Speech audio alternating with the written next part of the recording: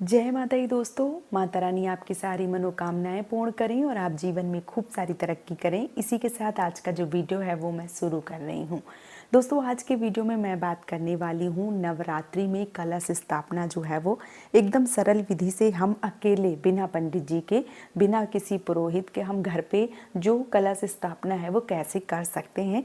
इस पे सरल वीडियो जो है वो मैं आज आप सबको बता रही हूँ, दिखा रही हूँ, ताकि आने वाली 3 अक्टूबर को शारदीय नवरात्रि में आप कलश की स्थापना जो है वो सरल तरीके से कर पाए। किसी ने भी इतना सरल तरीका नहीं बताया होगा जितना तरीका जो सरल है वो मैं बताने वाली हूँ एक छोटे से वीडियो में। सबसे पहले किसी भी जगह को चयनित कर लें, पूर्व की दिशा जो है वो होनी चाहिए। उसके बाद यहाँ पे साफ सुथरा का जो है वो करके गंगा जल का छिड़काव करके चौकी जो है वो स्थापित कर देना चाहिए। चौकी के ऊपर लाल वस्त्र बिछा दें, आप उसके ऊपर अष्टदल कमल बना दें। अष्टदल कमल जो है वो मैंने यहाँ पे बनाया हुआ है। अगर आपने कैसे बनाना है ये नहीं पता है तो आप मेरे चैनल पर जाके उस वीडियो को देख सकते हैं। बहुत ही सरल तरीके से ये जो अष्टदल कमल है ये मैंने बनाया है, और क्यों बनाया जाता है ये संपूर्ण जानकारी जो है वो उस पर मैंने दी है, तो आप एक बार उस पर विजिट जो है वो ज़रूर कीजिए। यहाँ पे कलश स्थापना की बात करूँ तो आप एक देखिए इस तरीके का धातु का कलश ले सकते हैं। ये कलश तांबे का है, इसकी जगह आप पीतल का कलश ले सकते हैं, या आपके पास कोई भी धातु का कलश नहीं है तो आप मिट्टी का कलश ले सकते हैं। धातु का कलश मैं इसलिए बता रही हूँ कि 9 दिन की पूजा रहती है। कलश में अगर पानी न डाला जाए तो फिर कलश सूख जाता है, तो ये अपशगुन माना जाता है। ये जो है वो शुभ काम की निशानी नहीं होती है। इसलिए मिट्टी वाले कलश में अगर आप जो कलश की स्थापना कर रहे हैं तो आपको उसमें थोड़ा थोड़ा जल जो है वो डालते रहना चाहिए। आपको अगर ये जानना है कि कैसे डालना है तो आप मुझे बताइए, मैं जो उस पर वीडियो जो है वो भी बना दूँगी। तो ये मिट्टी का कलश जो है वो भी आप ले सकते हैं। वैसे सबसे ज़्यादा जो शुद्ध होता है वो होता है मिट्टी का कलश, तो आप मिट्टी का कलश भी ले सकते हैं। इस तरीके का तांबे का, पीतल का जो कलश है वो भी ले सकते हैं। कुछ नहीं है आपके पास तो आप इस तरीके का स्टील का कलश जो है वो ले सकते हैं। वैसे जब कुछ ना हो तब आपको ये कलश लेना है, क्योंकि ये स्टील का कलश एक तरीके से लोहे के कलश के समान होता है, इसलिए जो स्टील का कलश है वो आपको नहीं रखना चाहिए। लेकिन अब जब नहीं है तो आप रख भी सकते हैं।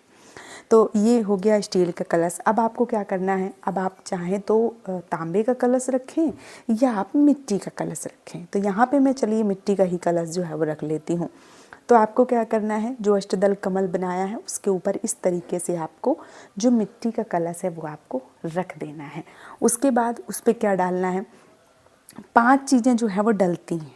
क्या क्या डलता है, एक तो डलती है ये दुर्वा घास, ये दूसरा डलती है ये हल्दी की गांठ, तो ये हो गई हल्दी की गांठ।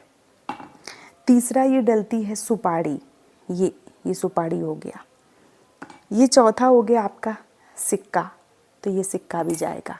इसके बाद आपको क्या डालना है, इसके बाद आपको डालना है थोड़े से सप्तधान या चावल जो है वो आप डाल सकते हैं।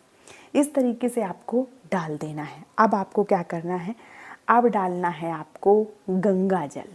तो गंगा जल जो है वो आपको थोड़ा सा इस तरीके से डाल देना है।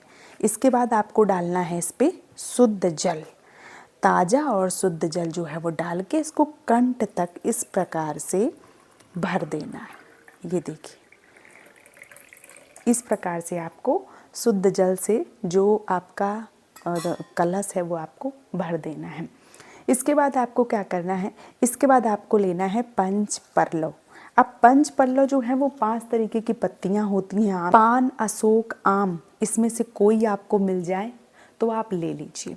अगर आम का पत्ता ले रहे हैं तो वो थोड़ा लंबा चलेगा, अशोक का भी थोड़ा लंबा चलेगा। 9 दिन की पूजा अगर आप कर रहे हैं तो पान के पत्ते को पंच पल्लव बना के ना डालें, क्योंकि बहुत ज़्यादा कोमल होता है पान, तो वो तुरंत जो है वो मुरझा जाता है। तो आप अशोक के पत्ते या आम के पत्ते 5, 7 या 9 पत्ते जो हैं वो लेके इस प्रकार से सजा के, ये देखिए इस प्रकार से सजा के और जो कलश की स्थापना है वो कर सकते हैं। तो आपको इस तरीके से सजाना है। उसके ऊपर क्या करना है, इस तरीके की एक कटोरी में आपको अन्न रखना है, चाहे आप गेहूं रखें चाहे चावल रखें, तो इस प्रकार से रख दीजिए। इसके अब इसके ऊपर आप दीप कलश रखना चाहते हैं या श्री कलश रखना चाहते हैं। श्री कलश मतलब ये नारियल वाला कलश, और दीप कलश मतलब इसी के ऊपर अगर आप दीपक जला के रख देंगे तो वो हो जाएगा दीप कलश। और अगर आप नारियल श्री कलश जो है वो रखना चाहते हैं तो कई बार लोगों के मन में ये शंकाएं आ रही हैं कि ऊपर की तरफ रखें, नीचे की तरफ रखें, ऐसे रखें, मतलब कैसे सही होता है ये लोगों के समझ में नहीं आ रहा है। तो इस पर मैंने एक डिटेल वीडियो बनाई है कि ऊपर को मुख करेंगे तो शत्रु बढ़ेंगे, क्या होगा, कैसे होगा, उस पर मैंने डिटेल वीडियो बनाई है। इस पर अगर वो चीज़ें बताने लग जाऊंगी तो वीडियो बहुत लंबा हो जाएगा। तो यहाँ पे मैं सीधा सीधा बता रही हूँ कि चाहे आप खड़ा नारियल रखें और चाहे आप बेड़ा नारियल रखें, सबका मतलब अलग होता है, लेकिन आपको इस तरीके से नारियल जो है वो रखना चाहिए, बेड़ा बेड़ा। अब आपको समझ में नहीं आता है कि सीधा कौन सा, मतलब तो देखिए अगर इस तरीके का नारियल है तो आपको समझ में नहीं आएगा, तो ये चीज़ जो है वो समझ में आएगी। देखिए जब यहाँ से काटा जाता है जो नारियल, तो यहाँ पे इस तरीके से कटने का निशान होता है, तो यहाँ पे अगर आप इसको खोलेंगे तो नीचे 3 डॉट निकलेंगे, ये वही है जो लक्ष्मी जी की आंखें होती हैं वो। और ये जो है वो चोंच वाला हिस्सा जो है वो पीछे का होता है। अगर आपको समझ में ना आए तो आप इसको खोल लें, खोलने से आपको 3 डॉट जो है वो समझ में आ जाएंगे। अगर आपका इस तरीके का कलश है तो आपको याद रखना ये हिस्सा जो है नोक वाला ये पीछे का होता है, और ये काटा गया है तो यहाँ पे निशान जो है वो बना होता है, और ये होता है आपका आगे का हिस्सा। तो ये जो 3 डॉट होते हैं ये हमेशा जब भी आप कलश रखें तो आपके अपनी तरफ जो मुख हो, मतलब ये जो 3 डॉट होते हैं, 3 जो आंखें होती हैं लक्ष्मी जी की, वो आपकी तरफ हो। जब आप पूजा करें तो उनकी कृपा दृष्टि जो है वो आपके ऊपर होनी ही चाहिए, तो आपको पूजा का पूर्ण फल मिलेगा। अगर मान लीजिए कि आप ऊपर कर देते हैं, नीचे कर देते हैं, तो फिर उसका कोई मतलब जो है वो नहीं बन रहा है। तो कोशिश करिए कि आप जो कलश है, जो नारियल है, उसको जो 3 डॉट हैं, 3 बिंदु हैं, जो 3 माता लक्ष्मी की आंखें हैं, वो अपनी साइड रखें और बेड़ा कलश जो है वो रखें।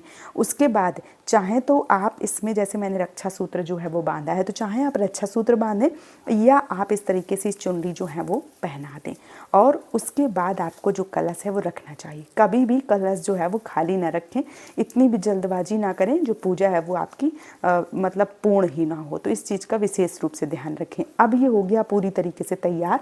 अब हम इसको इस तरीके से रख देंगे, तो ये जो कलश है ये आपका तैयार हो जाता है। तो इस प्रकार से जो कलश है वो रखा जाता है, और अब हम विधिवत रूप से कलश की जो पूजा है वो करते हैं। तो अगर कोई भी पुरोहित नहीं है, कोई पंडित जी नहीं है घर पे, आपको खुद से स्वयं से ही जो कलश की स्थापना करना है, तो इतना सरल विधि जो है वो मैंने बता दी है। अब आप घर पे स्वयं से कलश स्थापना कीजिए, माता रानी को प्रसन्न कीजिए, विधिवत रूप से 9 दिन पूजा अर्चना कीजिए, और बस फिर क्या कहना है, माता जी आपसे प्रसन्न होंगी और आपके घर में धन धान्य की बढ़ोतरी होगी और आपकी समस्त मनोकामनाएं पूर्ण होंगी। तो उम्मीद करती हूँ कि ये कलश स्थापना का छोटा सा वीडियो आप सबको पसंद आया होगा। अगर वीडियो पसंद आया तो चैनल को सब्सक्राइब और वीडियो को लाइक करना बिल्कुल भी ना भूलें। आप चैनल को सब्सक्राइब करेंगे, वीडियो को लाइक करेंगे तो मेरा मोटिवेशन बढ़ेगा, और मैं आप सबके लिए ऐसे ही अच्छे से वीडियो जो है वो लाती रहूँगी। तो वीडियो पसंद आया तो चैनल को सब्सक्राइब जरूर कीजिएगा, वीडियो को लाइक कीजिए। आज का वीडियो यहीं पर समाप्त कर रही हूँ दोस्तों। जय माता दी।